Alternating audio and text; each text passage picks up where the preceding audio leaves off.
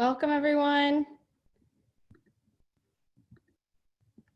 to our virtual town hall on COVID-19 trade and resilience. My name is Hillary Hayden. I'm the executive director at the Washington Fair Trade Coalition, and I'll be the MC for today's event.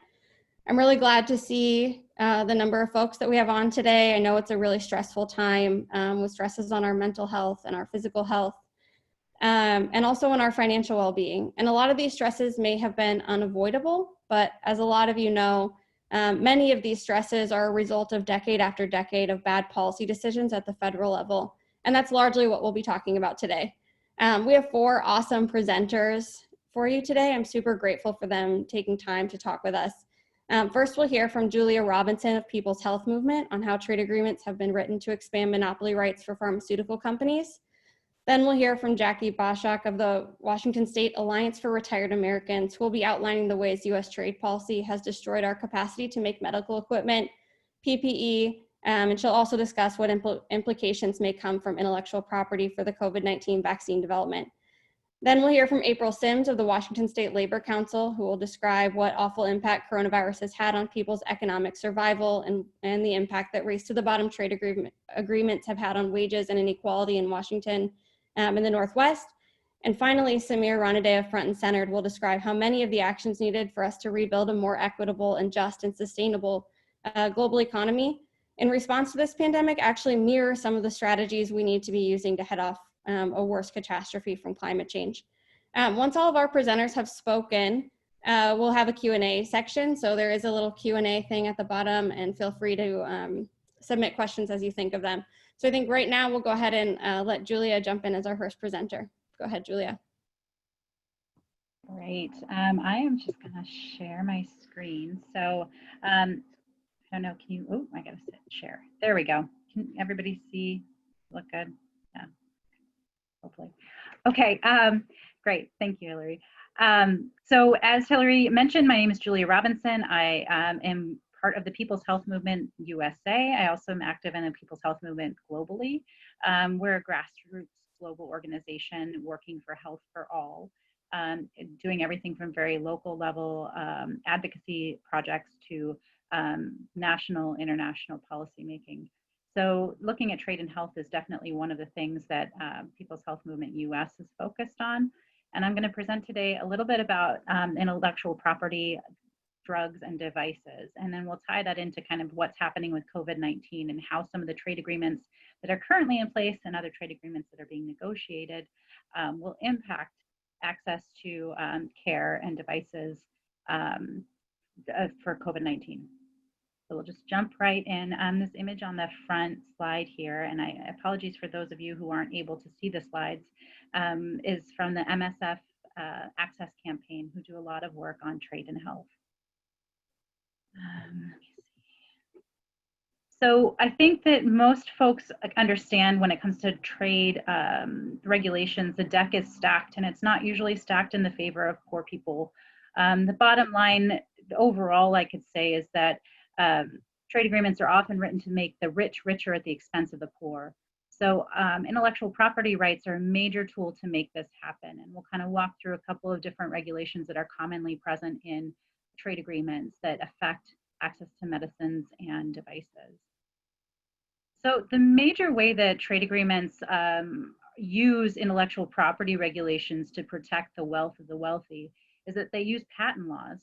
So patent laws can be applied to everything from medicines to devices, and they usually mandate lengthy monopoly periods. So when a multinational corporation comes up with a new device or a new medication, they will be able to have a monopoly on that to protect their right to make profit off of it, sometimes for 20 years or more. And so like with any time that there's a monopoly, that often means that pharmaceutical companies can charge whatever they want because they're the only ones that are able to provide this device or this medication.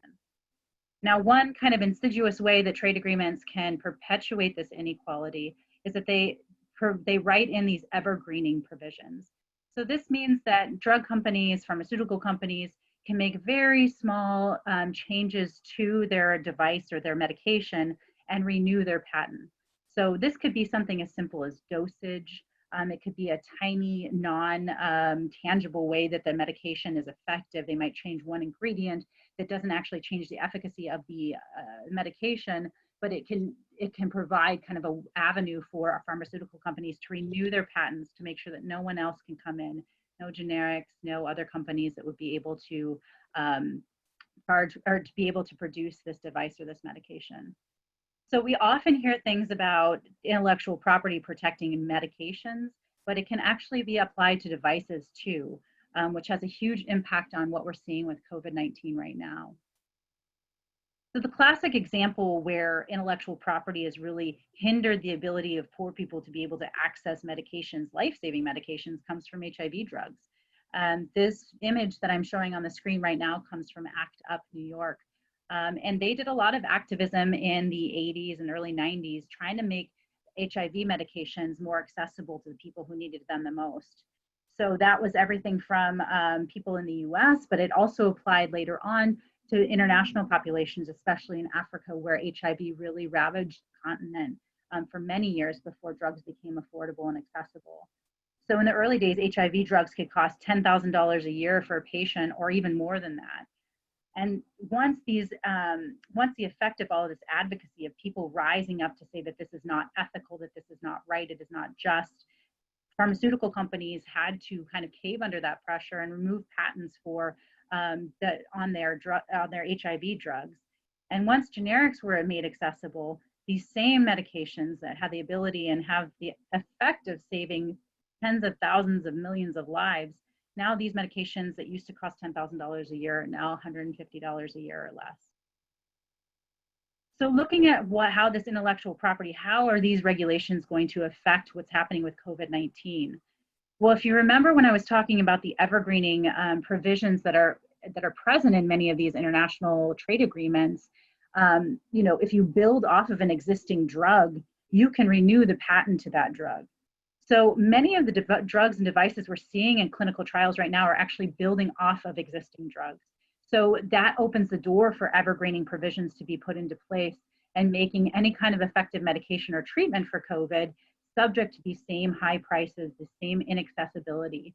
Looking back to that HIV example, that was a global pandemic, just like COVID-19 is a global pandemic. So it's going to affect people not only here in the US, but around the world. So we've been hearing a lot about the shortage of ventilators in the US. They're just, especially in the early days of COVID, there just weren't enough ventilators, and that was seen as a way to keep people alive if they were really suffering from COVID-19.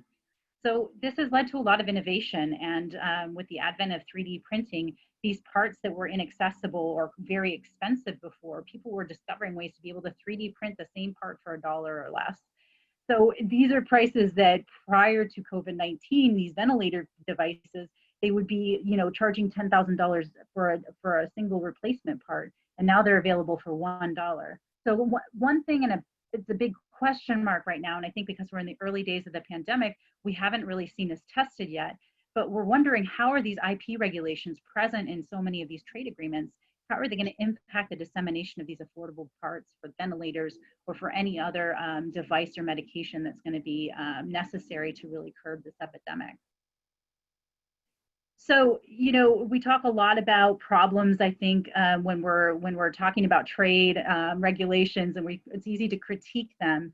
I think that our challenge and our responsibility is to also stand for something proactively.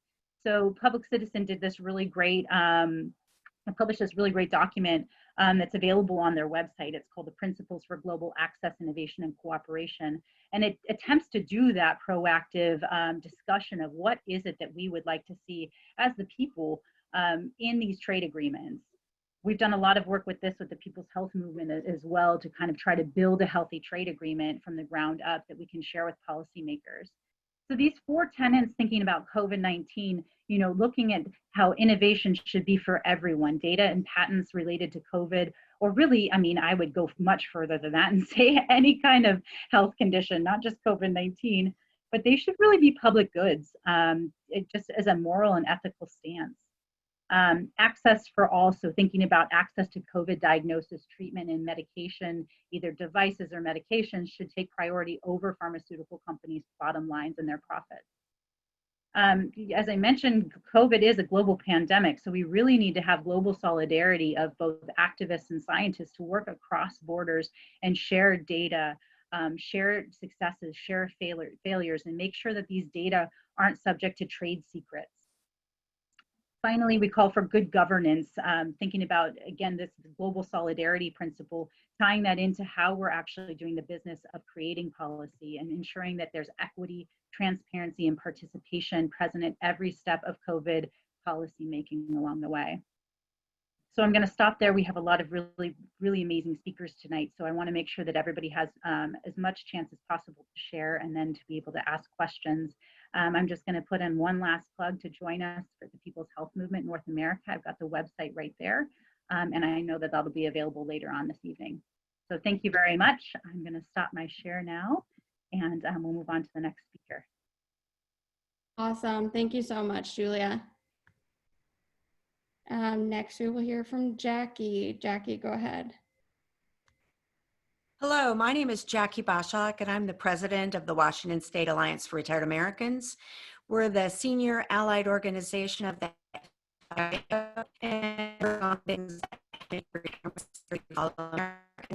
obviously our concerns right now. So about medical housing for a good while now, consequence of trade deal after trade deal together jobs. We are also seeing. Hey, Jackie, Hello? we're having a hard time hearing you clearly. Okay, is this better? Right if I now, get closer, is that better? Right now it is for me. Yeah. Okay, well, hopefully you interrupt me again if you can't hear me, okay? I will. All right. The United States is the richest, most powerful country in the world. We have a continent-wide wealth of natural resources at our disposal. And even with been able to face masks, and medical equipment. Doing it to you again. You know what I'm going to have to really do, and I hate to do this, is turn my video feed off and see if that helps. Let's try that, okay? That's fine. Thanks, Jackie.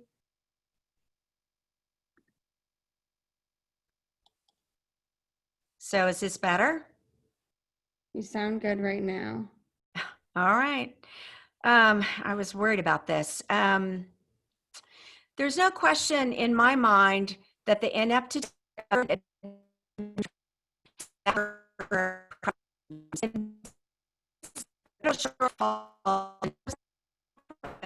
I can't hear you. I don't know what to do then. Yeah, I see from folks it's really choppy. So, is there a way, Jackie, that you could call in from your phone?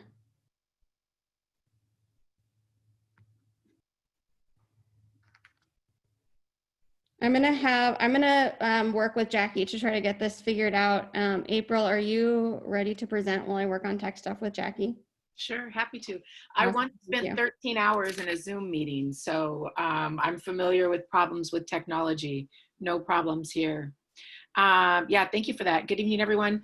I'm April Sims. I use she, her pronouns. I'm proud to serve as the Secretary Treasurer of the Washington State Labor Council, AFL-CIO. We're the umbrella organization in Washington State. We represent about 600 different locals and affiliates and over 500,000 workers all across the state of Washington. Part of our racial equity work, includes doing a land acknowledgement before all of our public meetings. So if it's okay with you, Hillary, I would like to take a moment and just recognize that no matter where you are and how you're participating in tonight's meeting, that we are all on Indigenous land, the traditional land of our tribal sisters, brothers, family, and friends. I live and currently am working on the traditional land of the first people of Tacoma, the Puyallup tribe. And I want to take a moment to honor their elders, past and present, for their stewardship of this land and its people. I want to thank them for allowing me to live and work on their land, and would invite you all to take a moment to consider the many legacies of violence, displacement, migration, and settlement that bring us all here tonight. I'm really honored to be a part of this panel, and excited to be joining this conversation and talking about economic resiliency. I'm going to set my timer because anyone who knows me knows I don't know how to make a long story short, but I do my best to keep it interesting. I think the first part of this conversation has to acknowledge that for many Black Americans, resiliency in the face of crisis is a familiar constant. It's a fundamental part of my family's history and a fundamental part of many of the families that I know's history. My grandparents were sharecroppers in rural Louisiana, which means they, like all the generations before them, picked cotton just to survive.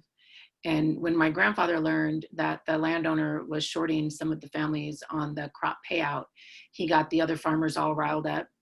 I like to think of him as a union organizer. But as you can imagine, the landowner didn't like that much. So he sent some men to the house, and they drug my grandfather out to the whipping post, intent on making an example out of him. And he escaped narrowly, but he knew that if they found him, they'd lynch him for sure. So he and my grandmother and the 5 kids went into hiding, and they made their way to northern Louisiana, where my grandmother's family told him they could stay, but only if my grandfather could learn to keep his head down and his mouth shut. And, he dreamt of a better life, not just for him, but for his children and his children's children. And he knew that he couldn't raise his family with any dignity in the violent and the segregated South. So he left my grandmother and the children in the safekeeping of her family, and he migrated to Seattle in search of social and economic justice. And here, for the first time in his life, he earned a fair day's pay for a hard day's work.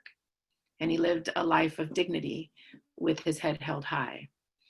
But I talk about my family's history because while we're facing some novel challenges with the COVID-19 crisis, the core of these challenges is familiar for many of us.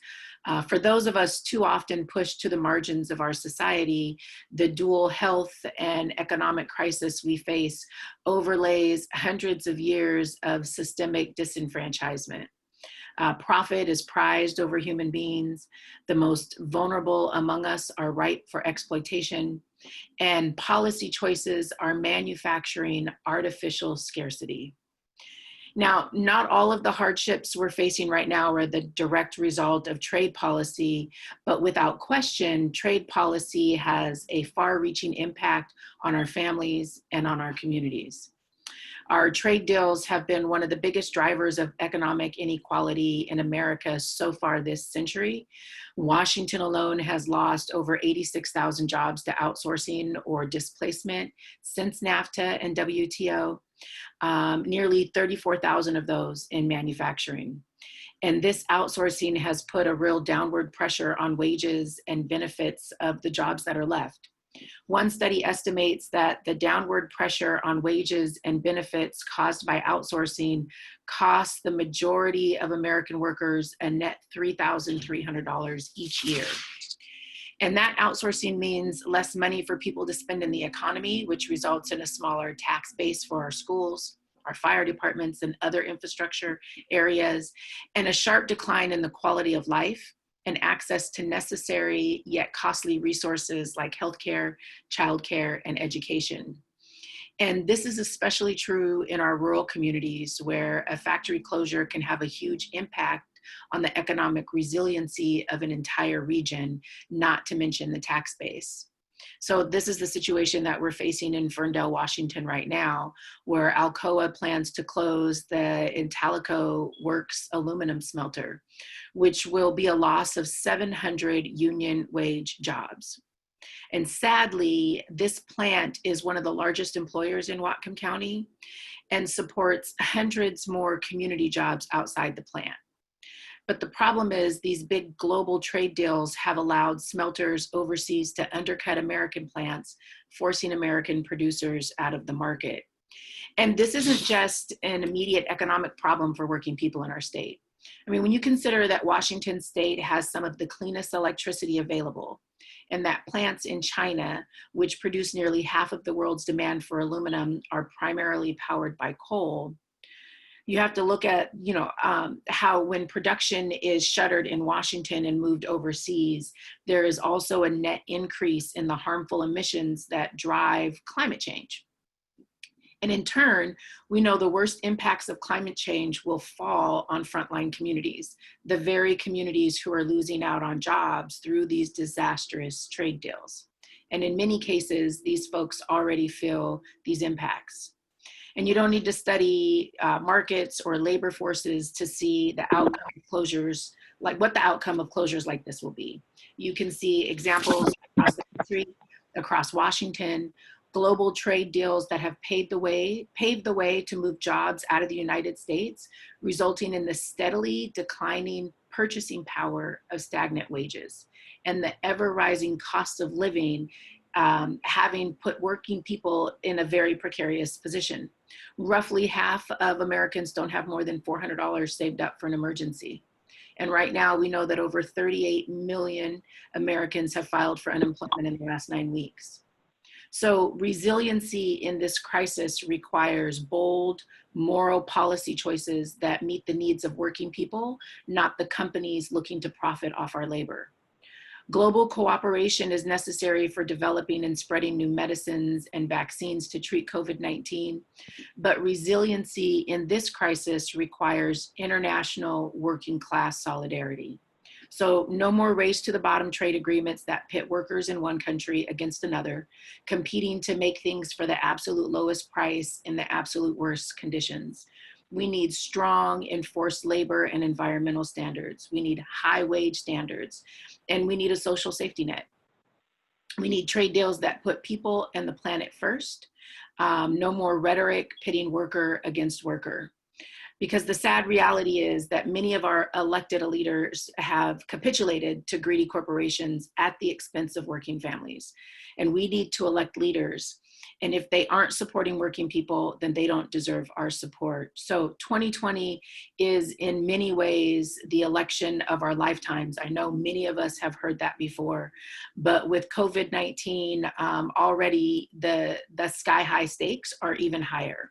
Working people hold tremendous power at the ballot box, and we need to exercise that power and fight the forces that threaten our resiliency in times of crisis.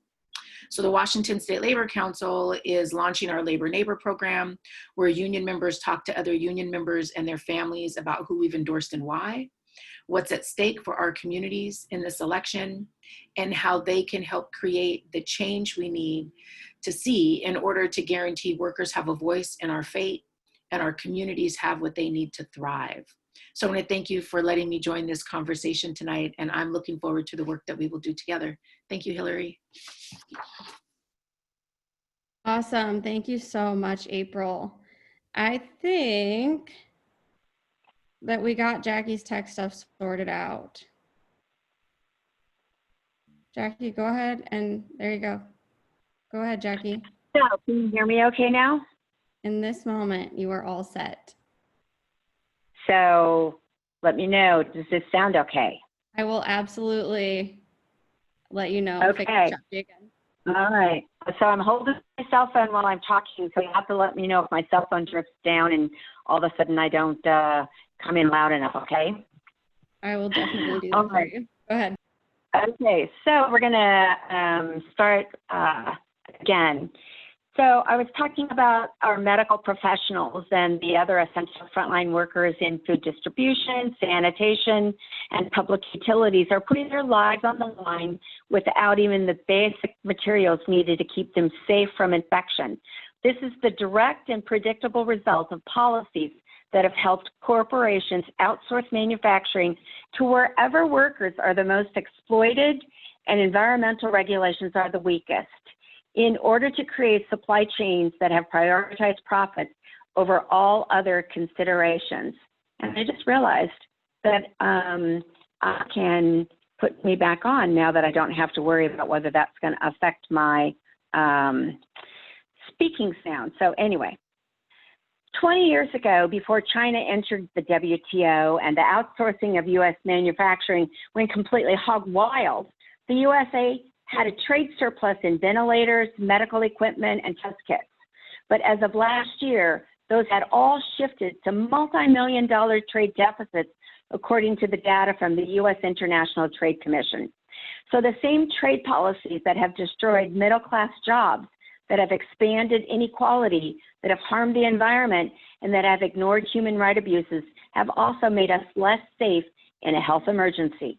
We used to be capable of making PPE and ventilators and whatnot right here at home, and had factories that might have been able to upscale production when needed. But now, due to outsourcing, we face a situation where local companies are sewing face masks, and Green River College mechatronics students are 3D printing face shields. I know other people are going to be talking and have already talked about solutions, but if we want to be able to produce the medical equipment and face masks and the other things we need to survive in a crisis in this country, we need to rebuild manufacturing capacity. And that probably means rewriting our trade policies to allow for industrial policy, including possibly even using tariffs for key products or in key sectors. Now, that doesn't mean we shouldn't import things, and it doesn't mean we shouldn't export things either. But if we want a resilient economy for the next crisis that's bound to head our way, we can't have these pseudo monopolies where the whole country is dependent on one factory or one region of the world for life-saving equipment. There needs to be more diverse supply chains. And speaking of that, I'm going to switch to our supply chain for pharmaceuticals. Right here in Seattle, Kaiser Permanente Washington Health Research is doing clinical trials of a promising vaccine. This is just one of the many places where scientists are racing to develop a vaccine and other treatments for COVID-19. Finding a cure is paramount, but how quickly can we get a future vaccine from labs to patients throughout the world and distribute it for free or low cost, which is what we need. We're all in this together. We've already seen how if we can't stop it in one country, we can't stop it anywhere. The answer really depends on so many things. Where will it be manufactured? How will it be distributed? And how much will all of this cost? Now, to meet the overwhelming demand for a successful corona vaccine will require a historic amount of coordination by scientists, drug makers, and guess who? Our government. I don't think we're ready for that because our nation's supply chain isn't anywhere close to being able to make such an effort. Potentially making it even harder to solve this problem is that the U.S. is striking out on its own. Our administration has snubbed an international collaboration spearheaded by the World Health Organization, while the president readies for a November election that could be a referendum on his corona response. Now, the World Health Organization may have some problems, but they do know a lot about vaccines. In fact, they put together a global vaccine action plan in 2012 to prevent millions of deaths from illnesses around the world through a more equitable access to the existing vaccines, and they tried to make it available to communities throughout the world. They have tons of information on how successful immunization programs are built, but these are all based on functional, end-to-end supply chains and logistics systems. The supply chain has to ensure effective storage handling and rigorous temperature control in the cold chain, and how to deliver it. In fact, the normal distribution planning process that companies go through under the World Health Organization, their planning process is 3 to 5 years, going from estimating the need to setting up the storages, to the ordering system, to planning a delivery schedule. Obviously, that's the kind of time. And that's the drug is manufactured and scaled up for our country. Are we going to be able to do that? The nation is already grappling with a shortage of the specialized pharmaceutical glass used to make the vials called ampules that will store any vaccine. Producing and distributing hundreds of millions of vaccine doses will also require huge quantities of stoppers, little rubber stoppers, which are made by just a huge handful of companies, as well as needles and the plungers, and especially refrigeration units to both ship them and store them. Low stocks of any one of these components is going to slow future vaccination efforts to deliver the product, much as shortfalls of certain key chemicals could delay widespread coronavirus testing. And speaking of that, we have one other problem that I wanted to just use as an example of our drug supply chain. Many of you have seen a lot of commercials on television and internet ads promoting new drugs that many of you probably believed were made here in the USA. But the reality of it, today, now almost all medications are manufactured overseas. But that wasn't always our history. Domestic drug manufacturing was upended in recent decades, while most operations were moved to Asia, where, of course, drug companies benefit from lower labor, regulatory, and environmental costs. And so the supply for core chemicals that we need to make drugs, they're called active pharmaceutical ingredients.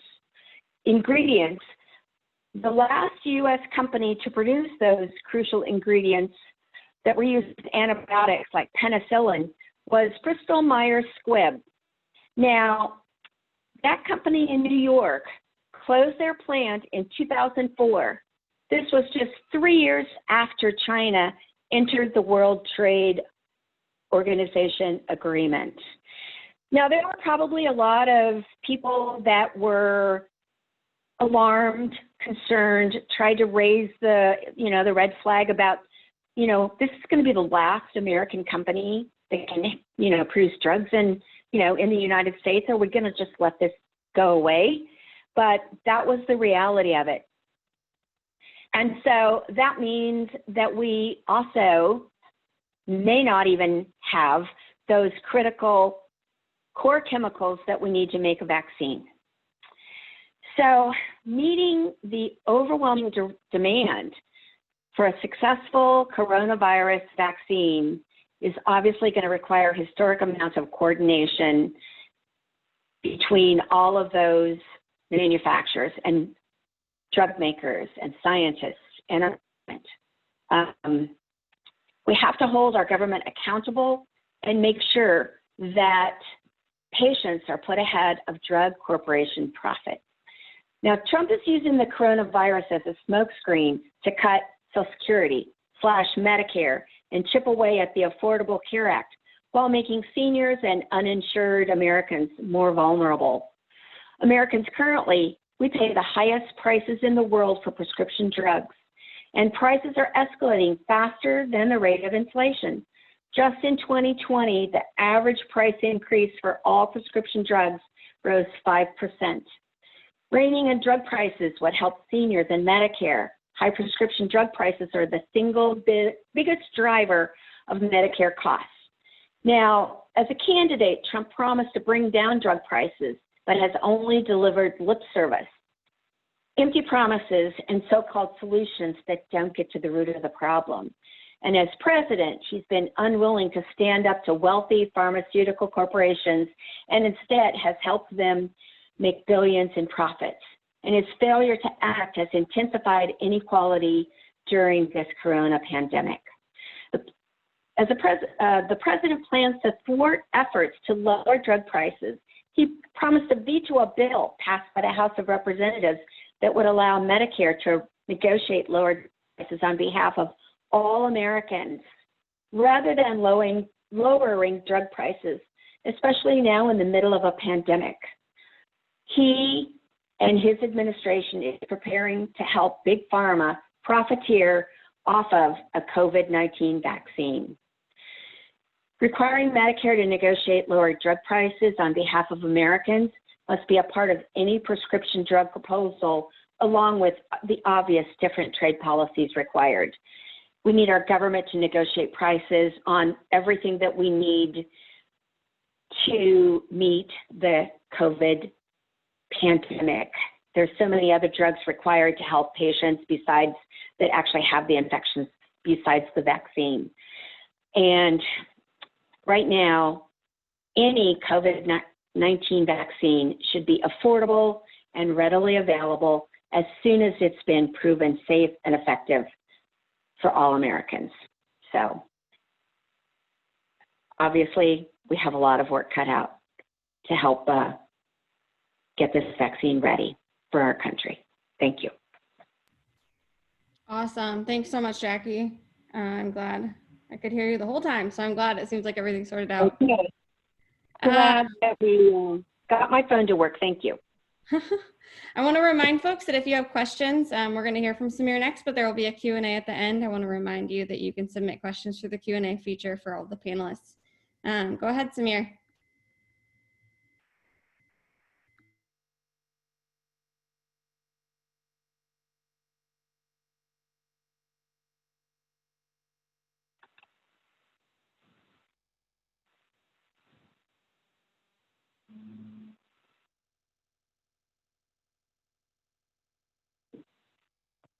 Hey, I'm sorry. I had my regular phone on mute. Can everybody see my screen? Great. Hey everyone. My name is Samir Wadaday. I am the senior organizer, I just got a title change. I'm the civic engagement and policy manager for Front and Centered, and I'm really excited to go clean up. We've heard some great presenters, and I just want to draw the full circle and acknowledge that all of these things are interconnected and everything touches everything. So just to give you some quick background on Front and Centered, we're a nonprofit, Washington-based coalition that advocates for public policies, mainly at the state level.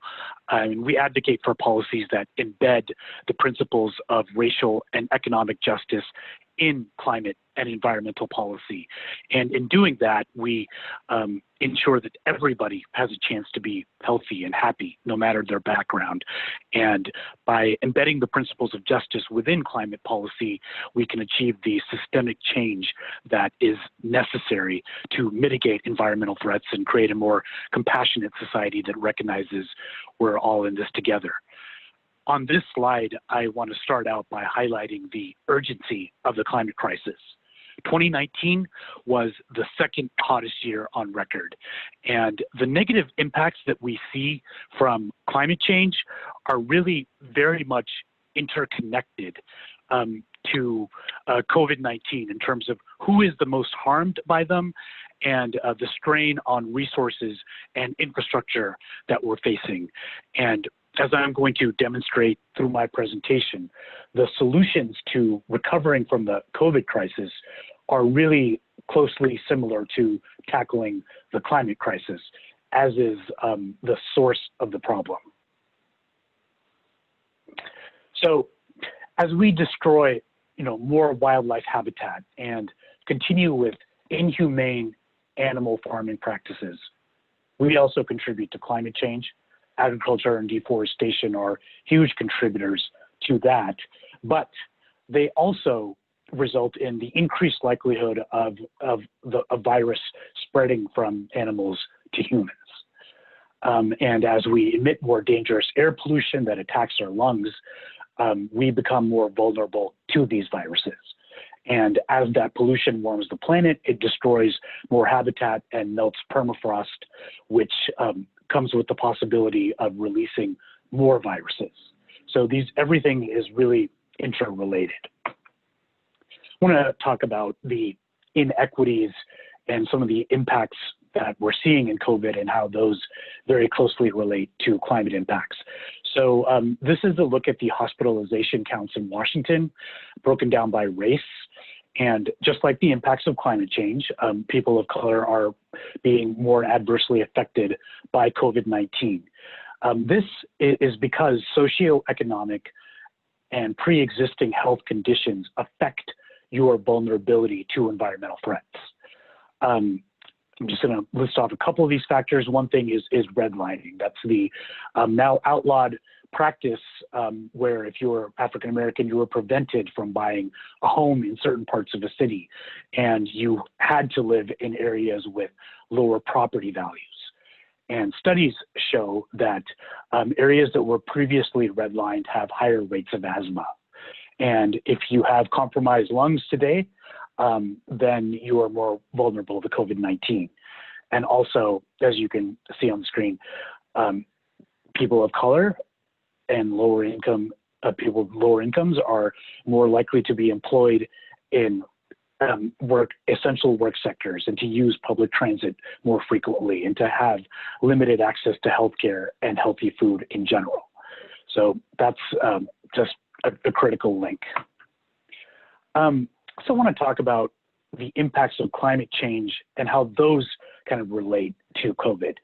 So this year is actually expected to be bad. You may have already seen the scientists are predicting an active hurricane season. We've already seen a dangerous heavy precipitation event in Michigan that has caused a lot of damage to dams.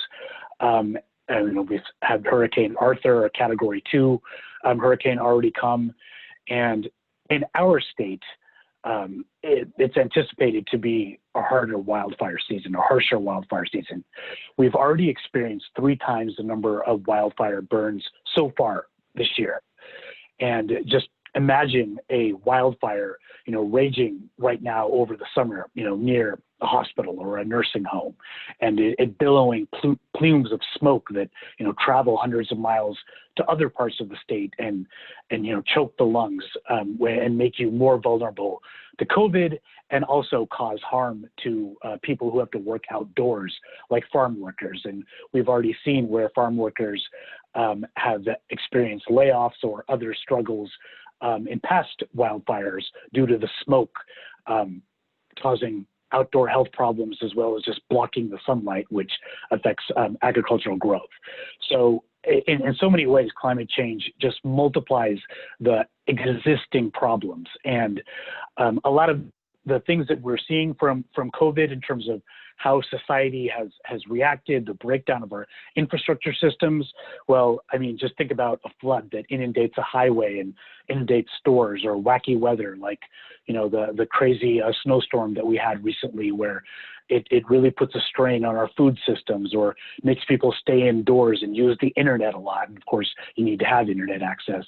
And then, you might lose your job in a climate event, just as you've lost your job in a COVID event. So there's these things are again linked, and as are the solutions, which I'll get into here.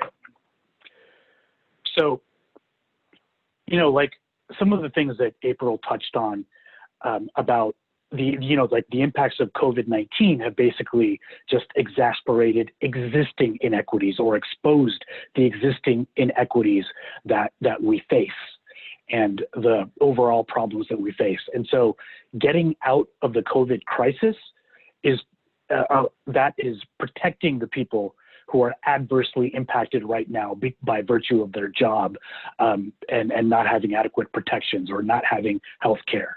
And transitioning out of the COVID crisis in a fair manner, the steps that we must take to do that are the same as the steps that we need to take to transition away from our dirty extractive economy. And that's particularly so because of the job creation element that will occur by policies like the Green New Deal. The Green New Deal, at the end of the day, is a significant job creation program, and it creates jobs that make our planet better. What it basically does is catalyze investment. It catalyzes investment in protecting our natural resources, expanding the generation of renewable energy through market price reforms, public subsidies, and regulations. And along with these investments, it's designed to achieve the benefits that you see there. And that is, ensuring everybody has a safe place to live. That is something that we should expect out of our society. That's such a basic need. And healthcare, I mean, we're already seeing how the effects of any environmental threat really makes you especially vulnerable if you don't have health care. And there are going to be significant climate impacts coming in the days ahead. And so everybody deserves health care, and that also, reduces costs on the overall system. Economic security, the Green New Deal through partnerships between government agencies, the private sector, universities, community colleges, and labor unions can ensure that anybody who wants to find a job can find a job in the work of environmental restoration and building clean energy. And so these types of steps, had we already begun taking them now, like the guarantee of healthcare or the economic security of ensuring somebody has a high quality job, then people would have been protected, or people would have, they wouldn't have been worried about COVID as much if they would have been able to have healthcare, and maybe they would have been less vulnerable to it. So the Green New Deal is a policy that is largely taking place. We ultimately need a global Green New Deal, but a good target for us to focus on is a federal Green New Deal.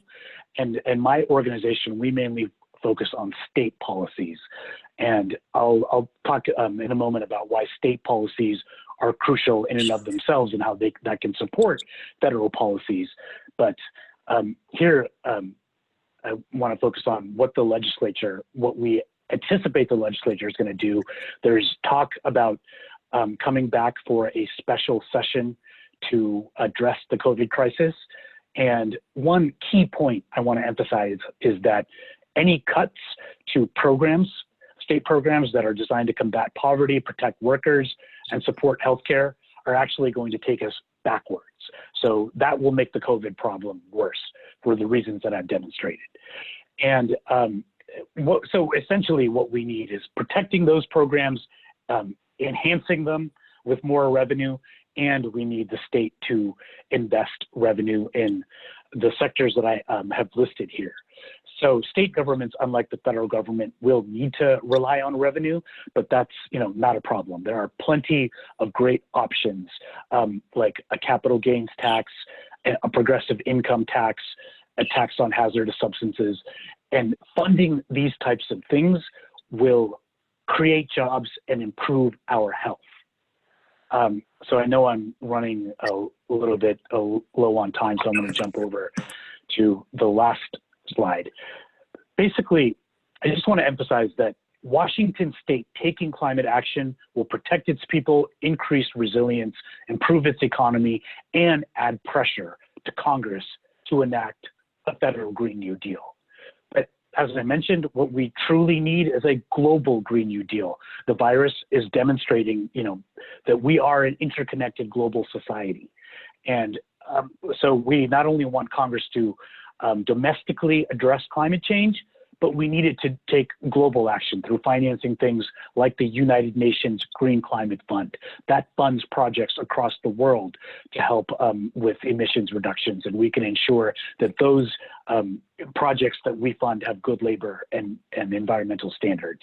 So one thing I didn't get to mention is that I'm working on a significant project to reduce environmental health disparities in Washington State.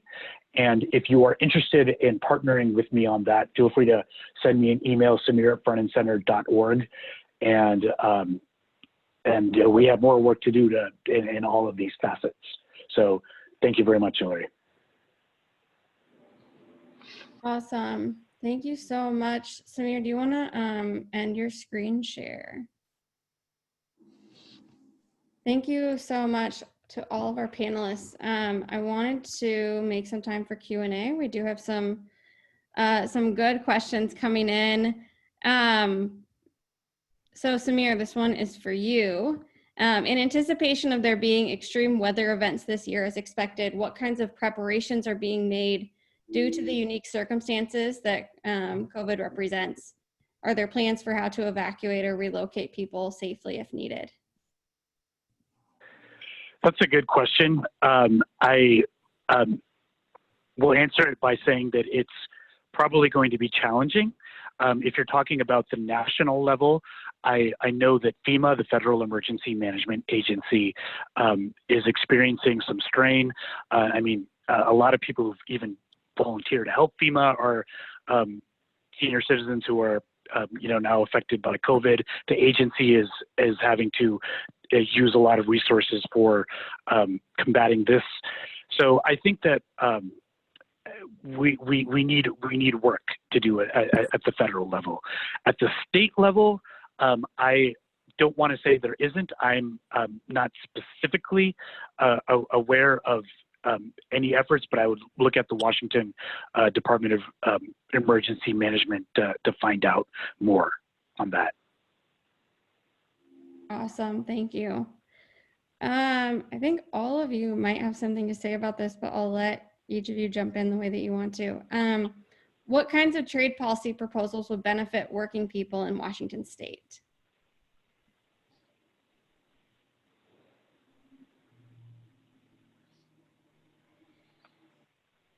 I mean, I'll go. Hi, everyone. This is April Sims again. I think first and foremost, policies that are enforceable, right? That include, language around strong labor laws and climate protections. But most importantly, that those regulations and those policies have some enforcement behind them.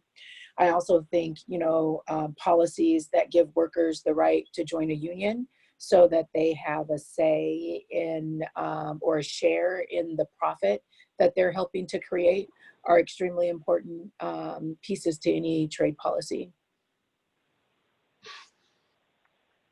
And I'm sure my fellow panelists have much to add. I was just going to add that we need workers at the table negotiating them to make sure that they really do make sense. I mean, really our nation needs an industrial trade policy, and we need to look at what that policy says is going to benefit our entire nation.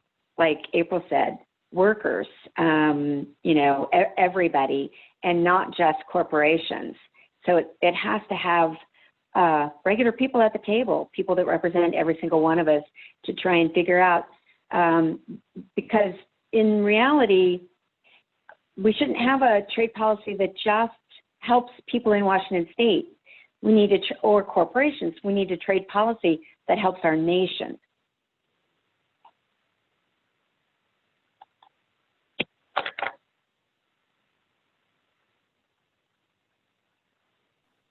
Hi, everybody. This is Julia. I think that we all probably touched on something that is going to help Washington workers. I think that, whether we're talking about climate change, whether we're talking about access to medicines, these are really systemic problems that have, I think that COVID really exacerbated things that were already there, right? We were having these same issues with access to medicines, with pharma companies really keeping all of the profits at the expense of the health of the people. These were present long before COVID.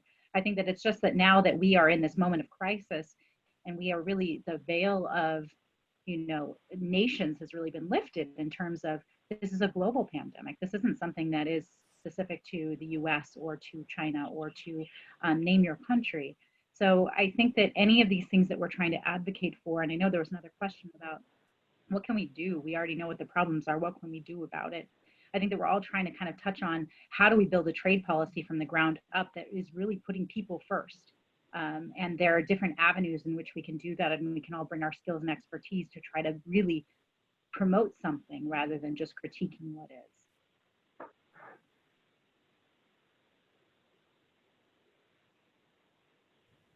Awesome, thank you, Jackie. Samir, do you want to jump in on that one?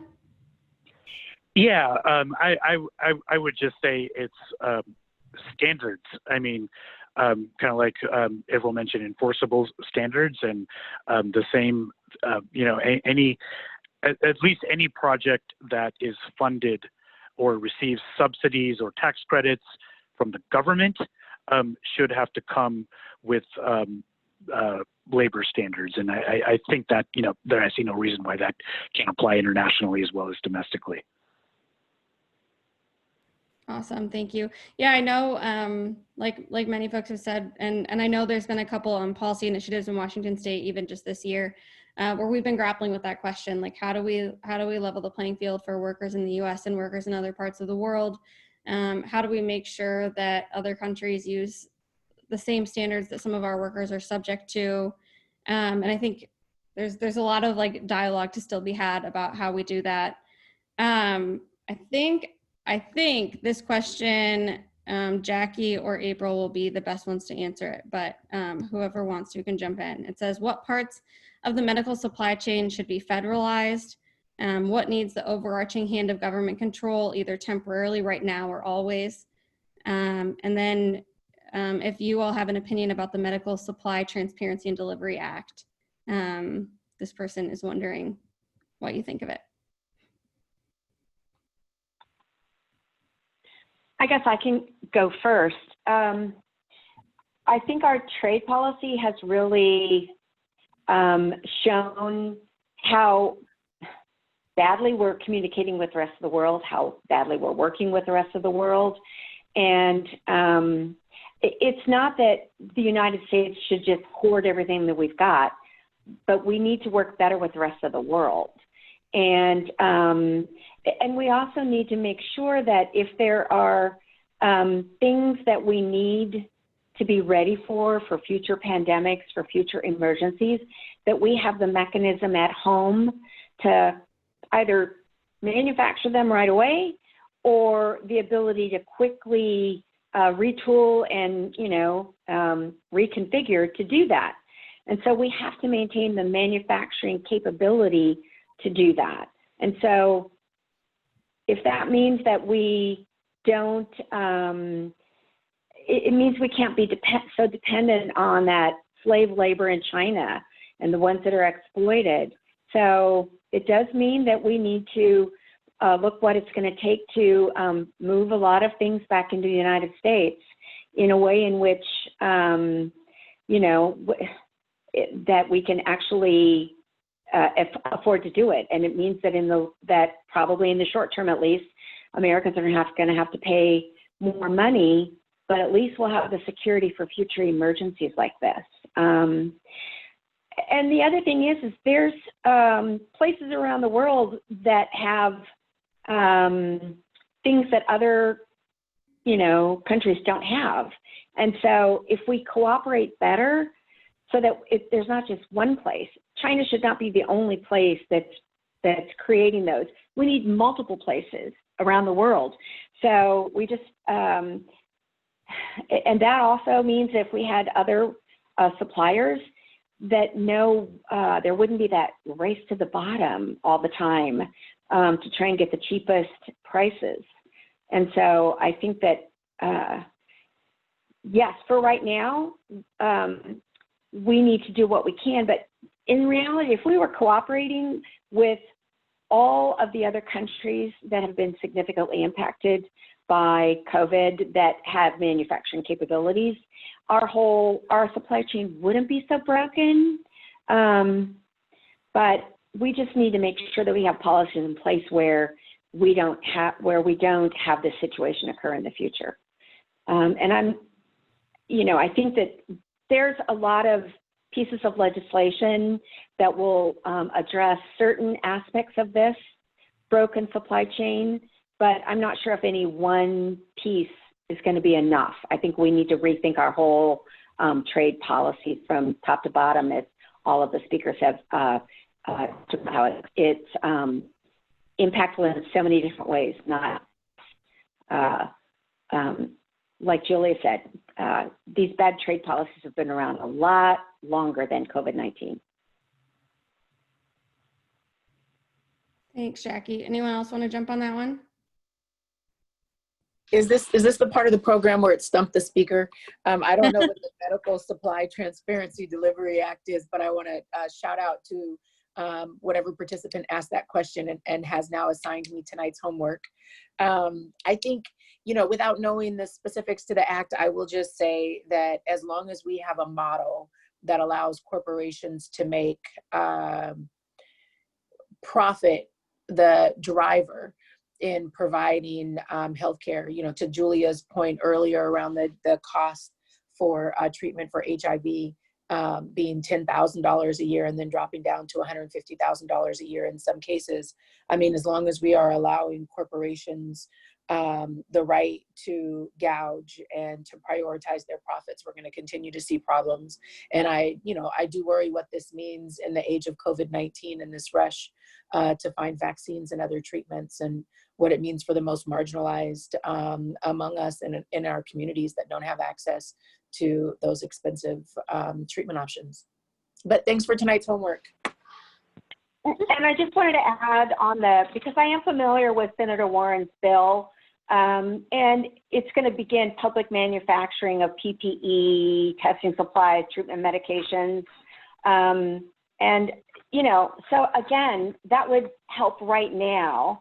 And there are a lot of things that the Trump administration could do right now, that Congress could do right now.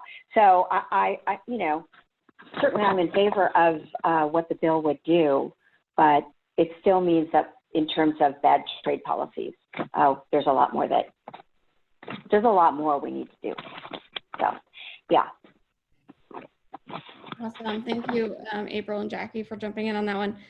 We are going to take one last question and then wrap up for tonight.